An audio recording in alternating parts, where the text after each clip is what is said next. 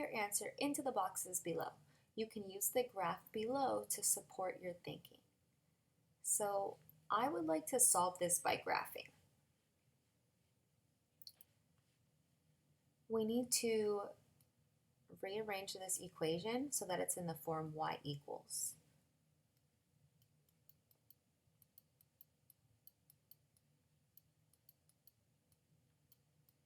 In order to do that, I'm going to subtract 3x from both sides of the equal sign. Then I would have 4y equals 36 minus 3x. Then I need to divide by the coefficient. So I'm going to divide by 4.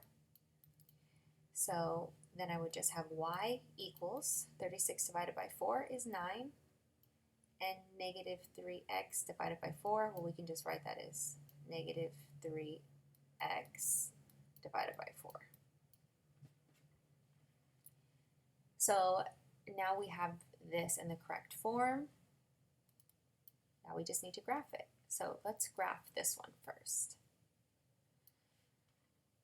When I graph, I like to start with my y-intercept.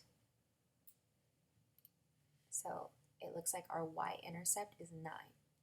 So I'm going to make that point. And then from that point is where I calculate the slope. Well, our slope is negative 3 over 4. So that's rise over run, but it's negative, so instead of rising, we're going to go down.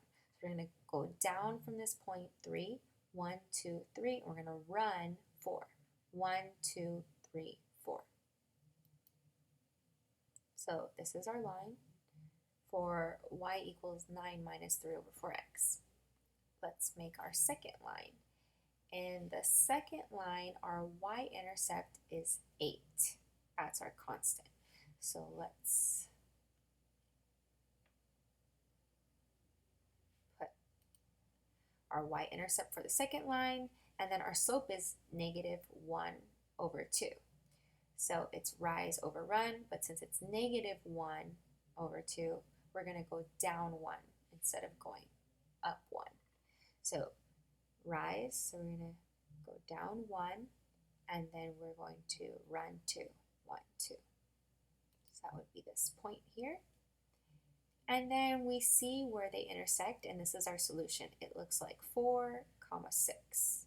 So that's our answer. X is 4, and y is 6.